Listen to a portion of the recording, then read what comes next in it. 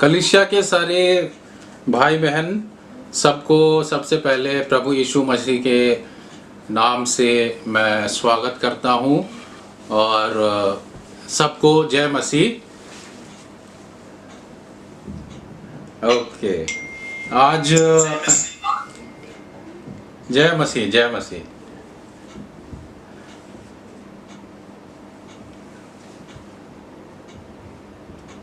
मैं ये मेरा पहला एक्सपीरियंस है वीडियो से ऑनलाइन से प्रभु का वचन सुनाना, परंतु कुछ भी सिचुएशन होने से भी ये सब के लिए हमको तैयार रहना पड़ेगा। यही हमको बहुत बड़ा सीख मिल रहा है आज के दिन।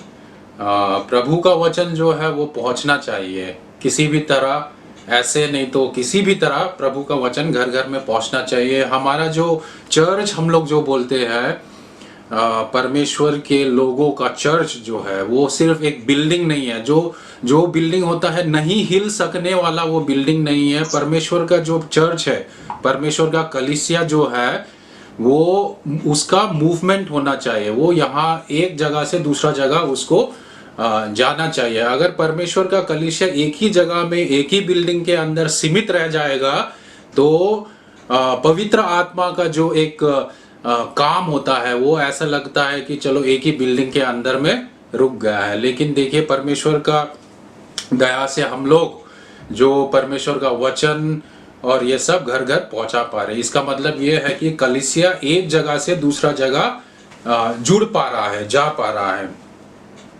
आज मैं कलीसिया के सामने एक वचन रखना चाहता हूं। हमारा आज का जो सरमन है उसका टॉपिक होगा हर परिस्थितियों का परमेश्वर।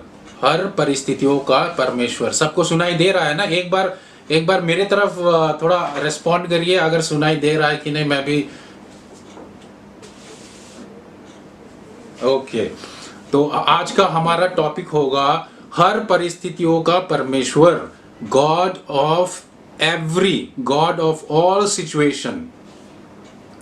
तो आगे बढ़ते हैं। सबसे पहले मैं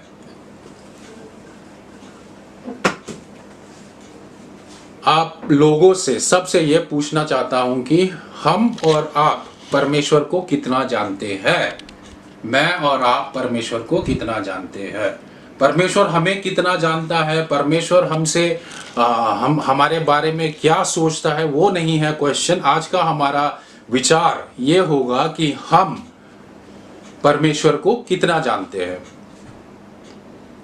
अगर हम कलीसिया के नहीं तो घर घर में जाके पूछेंगे कि सबसे छोटे बच्चे या सबसे बुजुर्ग को भी पूछेंगे कि क्या आप परमेश्वर को मानते हैं, तो हम लोग बोलेंगे कि हाँ, मैं परमेश्वर को मानता हूं, मैं परमेश्वर पर भरोसा रखता हूं, परमेश्वर का विश्वास करता हूं और उसका पूजा आराधना स्मरण भी करता हूं, है ना। सभी बुजुर्ग को भी पूछिए, बच्चों को भी पूछिए, संडे स्कूल में जो बच्चे हैं उनको भी पूछिए, वो भी डेफिनेटली यही बोलेंगे कि मैं परमेश्वर को मानता हूं। बट प्रॉब्लम ये होता है कि हम परमेश्वर को, एक बुजुर्ग, एक बच्चा परमेश्वर को कितना जानता है, ये जरूरी है। हमारे आज का विषय होगा, क्योंकि आप जिस चीज को मानते हैं, आप जिस चीज पर विश्वास रखते हैं, आप जिस चीज का आराधना पूजा कर रहे हैं, जिसको आप लेकर चल रहे हैं, उसको अगर हम नहीं जानेंगे तो उसका पूजा आराधना करना व्यर्थ हो जाएगा, है ना।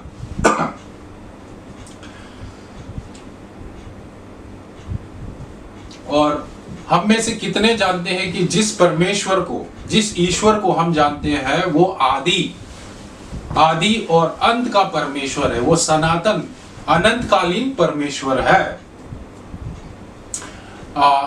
आप सब लोग तो ये जानते हैं कि मोदी जी कौन है, प्रधानमंत्री, हमारा देश का प्रधानमंत्री कौन है। कौन कौन जानता है कि आज के दिन में कौन मोदी जी को नहीं जानता है।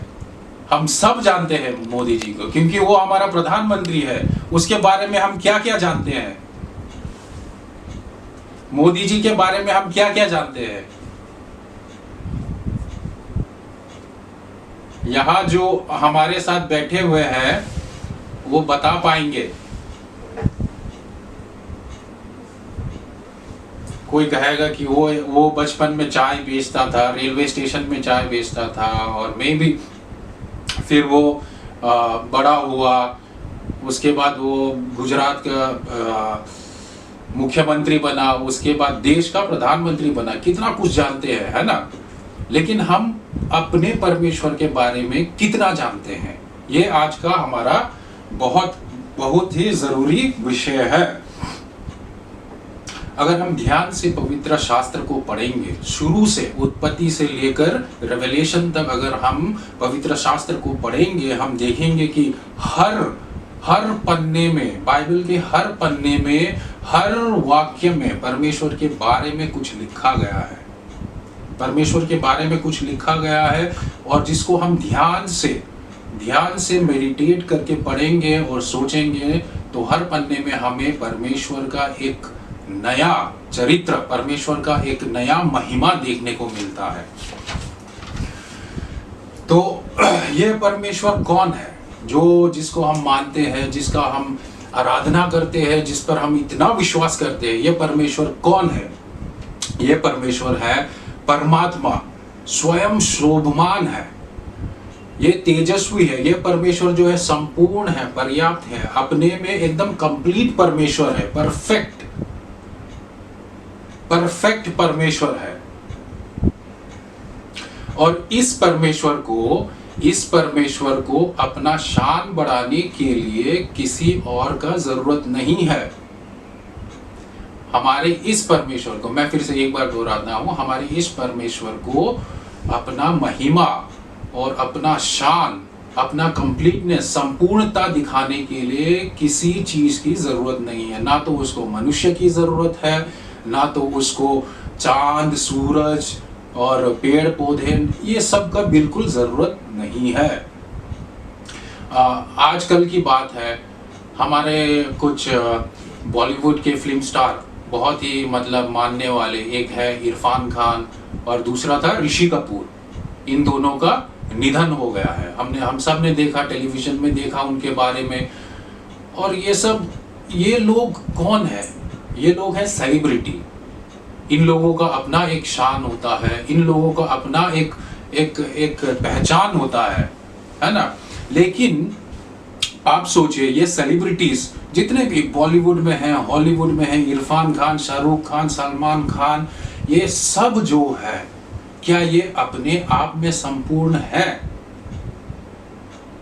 इन लोगों को हम कैसे जानते हैं? इन लोगों को जानते हैं हम मीडिया के थ्रू जानते हैं। इन लोगों को हम इनका फैंस होता है, इनको चाहने वाला होता है, इनको इनके पीछे इनका कुछ कहानी होता है, मीडिया में इनके लिए कुछ कहानी लिखा जाता है ना।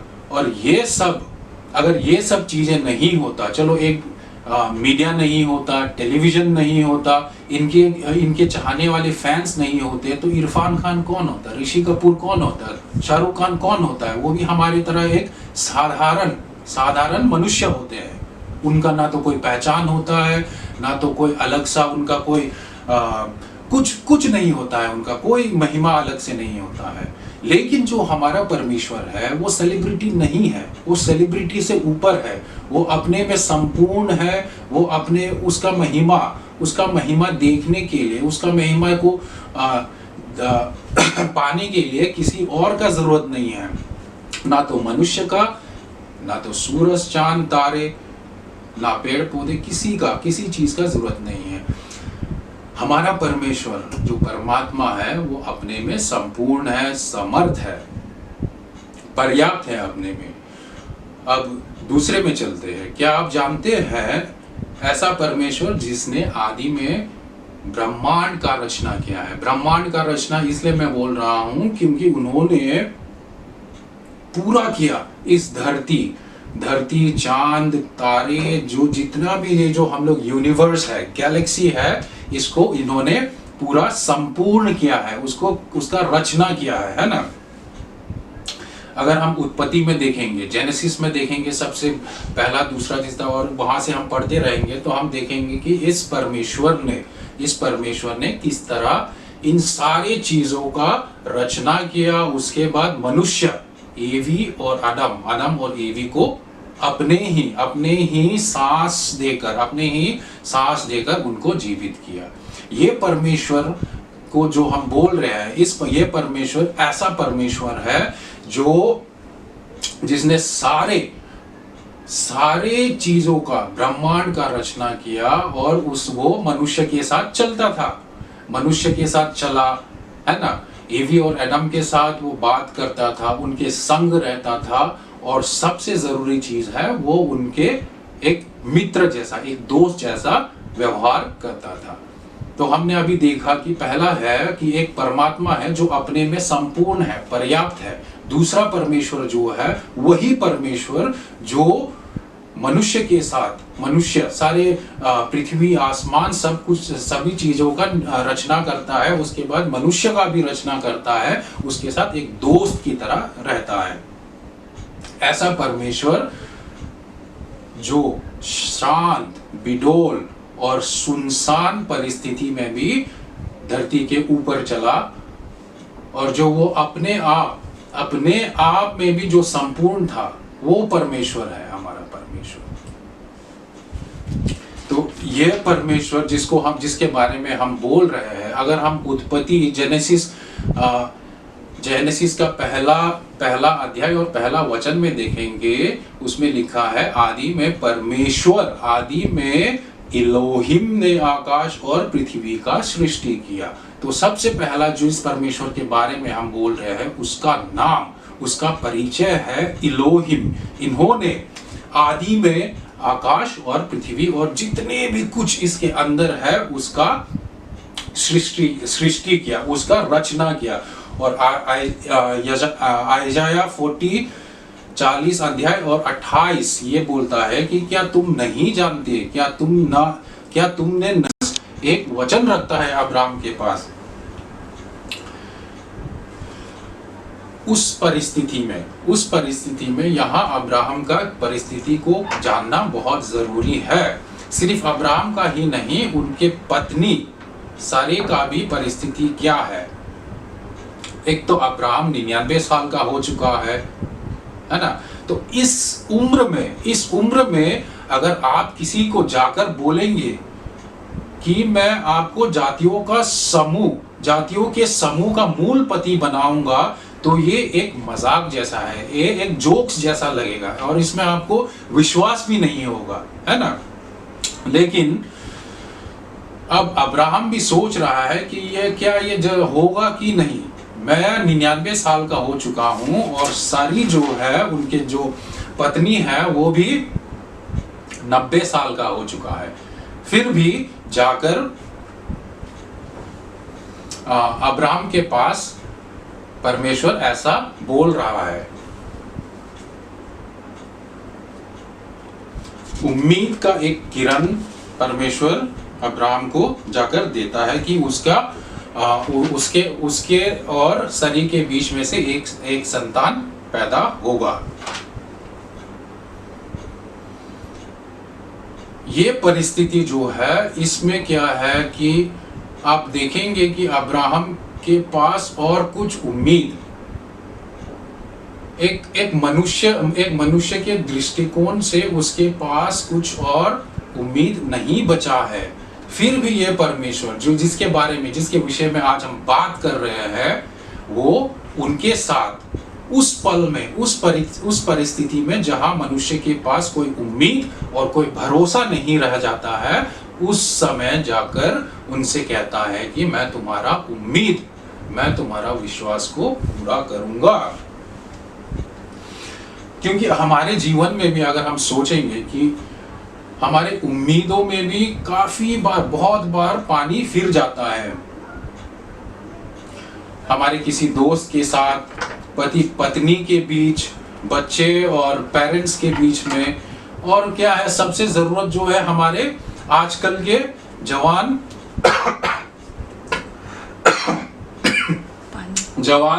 लड़का और लड़कियों के बीच में। देखो, बॉयफ्रेंड एंड गर्लफ्रेंड्स के बीच में भी क्या है कि हम लोग एक कवनेंट बनाते हैं, एक वाचा हम लोग बांधते हैं, है ना। माता पिता क्या बोलते हैं कि हम अपने बच्चों को पाल पोस के बड़ा करेंगे और कभी वो बड़े होकर हमारे लिए काम आएगा, हमारे बुढ़ापे में हमारा एक सहारा बनेगा। पति पत्नी क्या बोलते हैं हम लोग कि हम हर दिन या हर महीने का थोड़ा थोड़ा पैसा बचाकर किसी दिन, मतलब 5 साल 10 साल बाद क्या है, अपना एक सपनों का घर बनाएंगे। जवान लड़का लड़की स्कूल जाते हैं, स्कूल से कॉलेज जाते हैं, वहां उन दोनों में बहुत अच्छा दोस्ती होता है। वो सोचते हैं कि चलो ठीक है, हम जब हमारा नौकरी हो जाएगा या जब हम अपने पैरों में खड़ा हो जाएंगे तब हम शादी करेंगे और बहुत बढ़िया परिवार बसाएंगे। लेकिन ऐसा होता है ना बहुत बार कि किसी कारण कोई एक छोड़ जाता है ना। पति पत्नी के बीच में कोई पति कभी चला जाता है, पहला पत्नी पहले चली जाती है।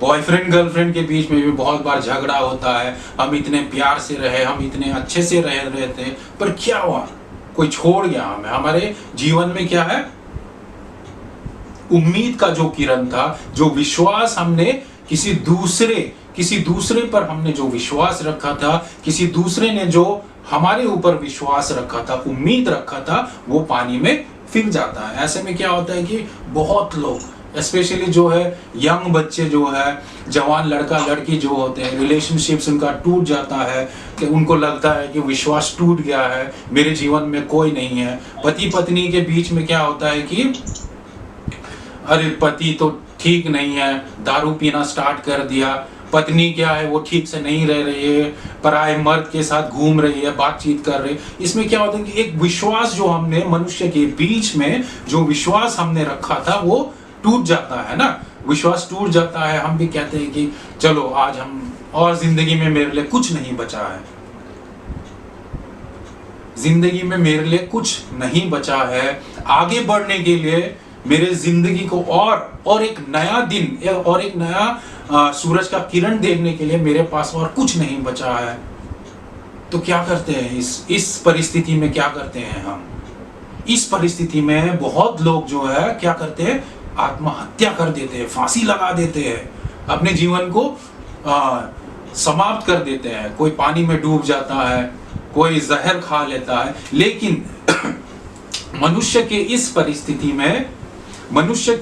इस परिस्थिति जिसमें कोई उम्मीद, कोई सहारा, कोई अपना जब हमारा विश्वासघात करके चला जाता है, या तो हमारे चाहे अनचाहे किसी कारण हमारा साथ छोड़ देता है, इस परिस्थिति में परमेश्वर, जिस परमेश्वर के विषय में हम बात कर रहे हैं, इस उम्मीदहीन, जहां कोई उम्मीद नहीं है, इस पर परमेश्वर अब्राहम और के पास जाकर क्या बोलता है कि मैं एल शडाई हूं, मैं तुम्हारा एल शडाई हूं, मैं तुम्हारा परमेश्वर, सर्वशक्तिमान परमेश्वर हूं।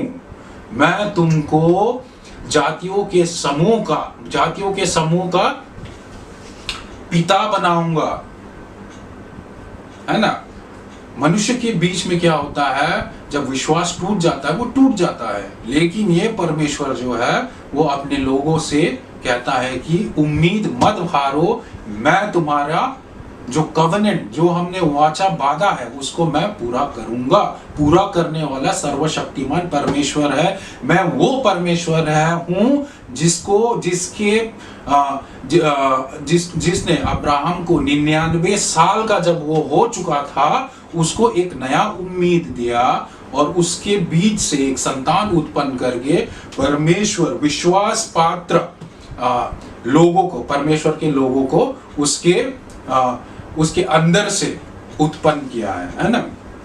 वो परमेश्वर है एल शडाई। एल शडाई कहता है कि मैं सर्वशक्तिमान परमेश्वर है, मैं अपने वचन से नहीं भागूंगा। जो वचन मैंने तुम्हारे लिए रखा है, तुम्हारे साथ बांधा है, उसको मैं अंतकालीन तक पूरा करके रहूंगा।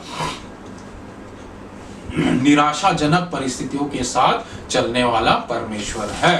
पहला जो था, हमने क्या बोला था, इलोहिम, जो परमेश्वर शांत विडोल परिस्थिति में भी अपना महिमा पूरा उसके पास।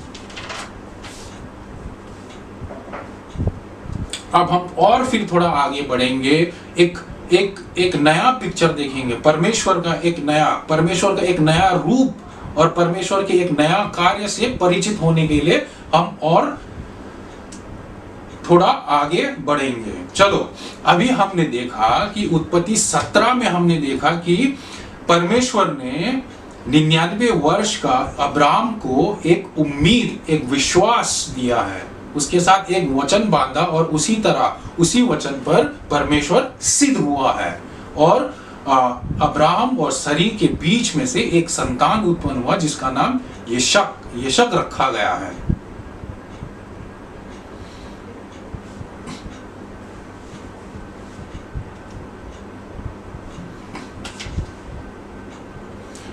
उत्पत्ति 22:14 में अगर हम देखेंगे, यहां पर हमने देखा है कि परमेश्वर ने उम्मीद और विश्वास पर खड़ा उतर के जो अब्राहम को संतान दिया था, उस संतान को परमेश्वर कह रहा है कि होम बलि के लिए पहाड़ में लेकर जाओ और उसको मेरे सामने होम बलि के लिए प्रस्तुत करो।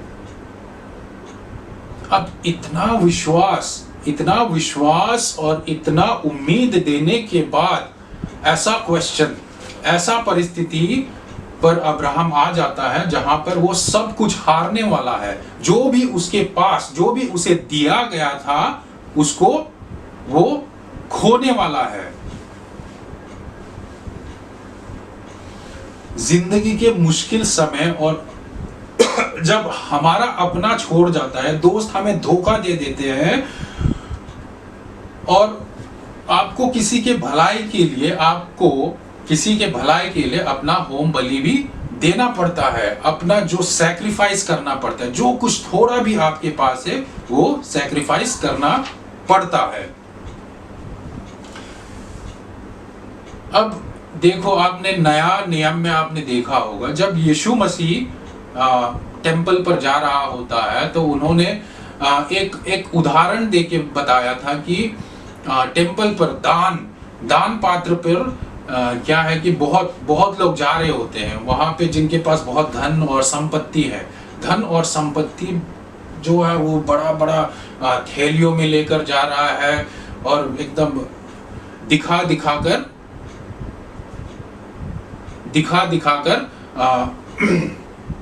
चर्च के लोगों को दिखाकर ऐसे जाके दान पात्र में डाल रहा है।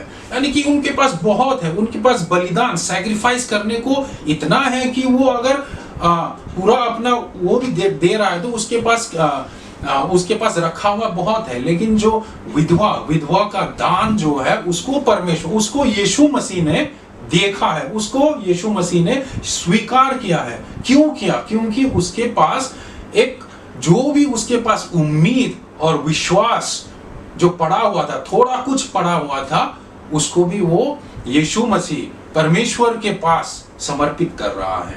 इसीलिए जिस परिस्थिति में आपको लगता है कि आपका सारा जो है पोजीशन, आपका सारा कुछ खो गया है, जो कुछ भी बचा है, जो कुछ भी आपके पास बचा है, वो किसी दूसरों के भला के लिए भी अगर देना पड़े, होम बलि, अगर आपको अपना या आपके पास जो कुछ पैसे हैं, जो कुछ भी कपड़े, जो कुछ भी है, अगर वो किसी के भला के लिए अगर परमेश्वर कह रहा है, मांग रहा है, अगर वो आप खुल कर देंगे, उस चुनौती से खुलकर उठकर अगर वो आप दान में दे देंगे, होम बलि अपना सैक्रिफाइस करके दे देंगे, तो उसको प्रभु, जो परमेश्वर के बारे में हम बोल रहे हैं, जिस परमेश्वर के बारे में हम बोल रहे हैं, जिस परमेश्वर को हम जानते हैं, जिस परमेश्वर को हम मानते हैं, वो परमेश्वर आपको उस परिस्थिति से भी उठाएगा।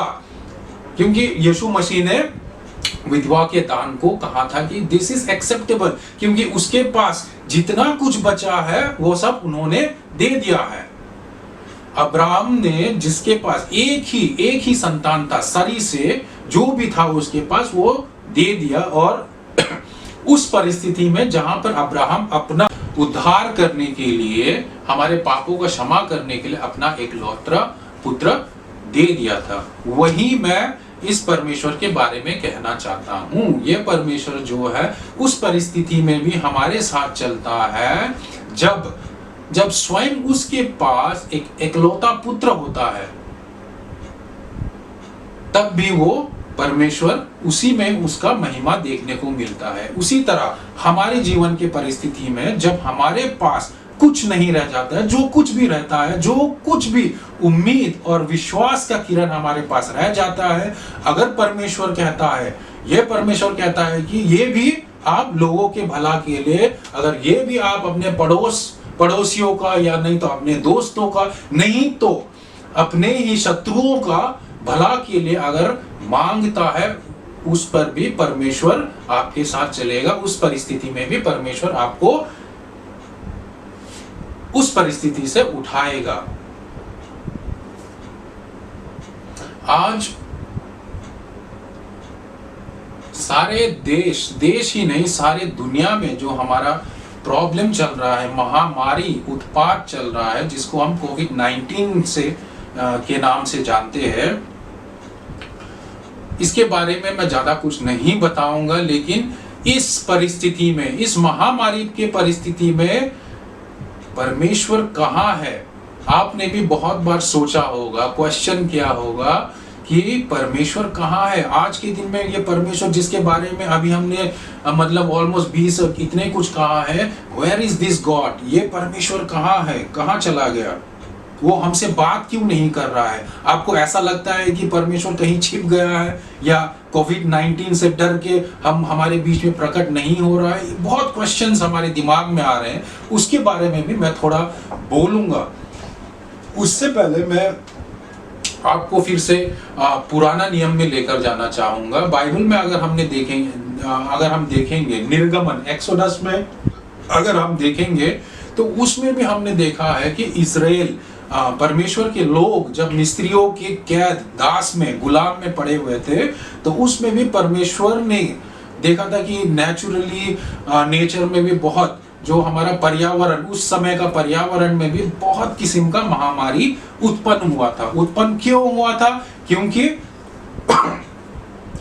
परमेश्वर ने मूसा को भेजा, मूसा से मिस्रियों के फारो से ये कहलवाया कि आप मेरे लोगों को सताना छोड़ दो, आप मेरे लोगों को छोड़ के मेरा आराधना और मेरे महिमा करने के लिए उनको छोड़ दो। लेकिन इस परिस्थिति में अगर हम देखेंगे तो हमने देखा है कि यहाँ पर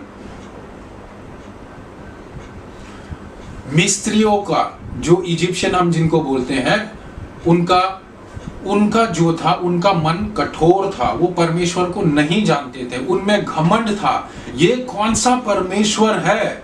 ये कौन सा परमेश्वर है जो इतना शक्तिशाली है? ये हमारे मिस्रियों के भगवान या परमेश्वर से ज्यादा शक्तिशाली नहीं हो सकता है। चलो देखते हैं कि कर क्या सकता है ये परमेश्वर। इन्होंने हमारे जो परमेश्वर इलोहिम, एल शदाई, जेहोवा जीरे, जो देता है हमें, इसको चैलेंज किया। और इनका चैलेंज करने का क्या नतीजा हुआ, जो हम सब जानते हैं। निर्गमन में हमने देखा था परमेश्वर ने उनके ऊपर, पूरे इजिप्ट के ऊपर में 10 तरह के महामारी उत्पात दिया था, और जिसमें उनको बहुत ही प्रॉब्लम, बहुत ही संकट का से जाना पड़ा। लेकिन वो मेरा कहने का मतलब ये है कि ये जो महामारी है, ये जो महामारी मिस्रियों के ऊपर पड़ा था, इस महामारी में भी परमेश्वर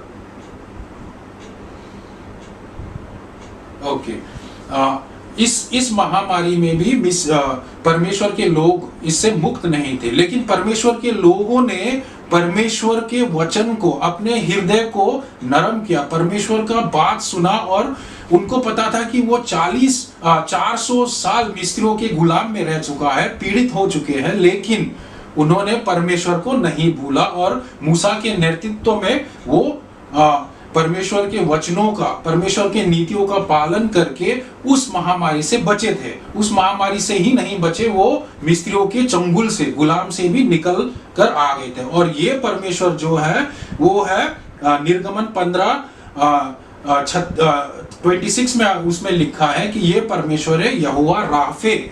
यहोवा राफे, ये परमेश्वर जो है चंगाई देने वाला परमेश्वर है। मिस्त्रियों के गुलाम से चंगाई देने वाला, महामारी से के दर्द से चंगाई देने वाला ये परमेश्वर है यहोवा राफे। ये परमेश्वर आज के परिस्थिति में भी हमारे साथ है। हमें अपना हृदय, हमें अपना मन को कठोर नहीं करना है, घमंड नहीं करना है। परमेश्वर को हमें देखना है, नीतियों का पालन करना है, उनके वचनों का पालन करना है, क्योंकि लिखा है कि मैं तुम्हारा चंगा करने वाला यहोवा राफे हूं, लिखा है। और फिर हम आगे बढ़ेंगे। नया नियम में हम देखेंगे, यहां पर हमने पहला यूहन्ना 4:7 से 8 के वचन में, पहला यूहन्ना, ये आप भी देख लीजिए, टाइम अभी कम है, मैं ज्यादा बोल नहीं पाऊंगा, लेकिन आप देख लीजिए जरूर। यूहन्ना का पहला पत्र 4:7-8 में लिखा है, हे प्रियो, हम आपस में प्रेम रखें, क्योंकि प्रेम परमेश्वर से है। जो कोई प्रेम करता है वो परमेश्वर से जन्मा है और परमेश्वर को जानता है। 8 में क्या लिखा है? क्योंकि परमेश्वर प्रेम है। आज के दिन परमेश्वर कहाँ है? परमेश्वर कौन है? परमेश्वर हमसे छुप गया है क्या? आज कोविड-19 के इस स्थिति में, इतना महामारी में परमेश्वर कहाँ भाग गया? परमेश्वर यहाँ है। परमेश्वर हमसे बोल रहा है। जिस परमेश्वर ने रचना किया, जिस परमेश्वर ने हमें दिया, जिस पर जो सर्वशक्तिमान परमेश्वर है, वो हमसे बोल रहा है कि क्योंकि परमेश्वर प्रेम है। अगर आपको परमेश्वर को जानना है, अगर आप कहते हैं कि आप परमेश्वर को मानते हैं, तो आपको, हे प्रियो, हम आपस में प्रेम रखें, ये बताया है। अगर आप ये चीज, परमेश्वर का जो ये वचन लिखा है, यूहन्ना ने अपना पहला लेटर 4:7-8 में लिखा है, हे प्रियो, हे कलीसियाओ, अगर आप आपस में प्रेम रखिए तो परमेश्वर आपके बीच में है। हर परिस्थिति का परमेश्वर, हर परिस्थिति, शांत, बिडोल संसार में अपने में महिमा पाने वाला परमेश्वर, मनुष्य के साथ चलने वाला परमेश्वर, उम्मीद और विश्वास जब खत्म होता है उसमें भी लोगों के साथ चलने वाला परमेश्वर, जब आपके पास कुछ नहीं रह जाता है, आपको देने वाला प्रोवाइडर यहोवा जीरे परमेश्वर, वो आपके साथ है। इस परिस्थिति में भी, आदि से आज तक के काल में, आज के दिन में भी वही परमेश्वर जो अब्राहम के साथ था, वही परमेश्वर जो ईसाक के साथ था, आज भी वही परमेश्वर जो मिस्त्रियों के साथ था, जिसने मिस्त्रियों के ऊपर महामारी दिया और अपने लोगों को बचाया, वही परमेश्वर आज भी हमारे साथ है। और वो परमेश्वर कह रहा है, क्योंकि परमेश्वर प्रेम है, गॉड इज लव।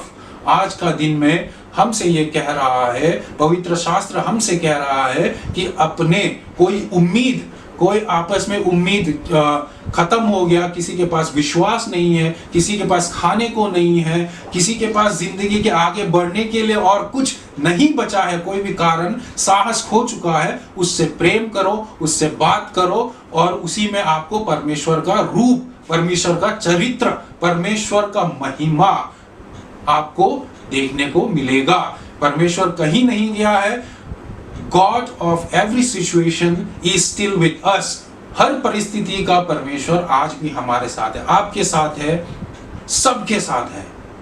परमेश्वर हमारे वचन को आशीष दे।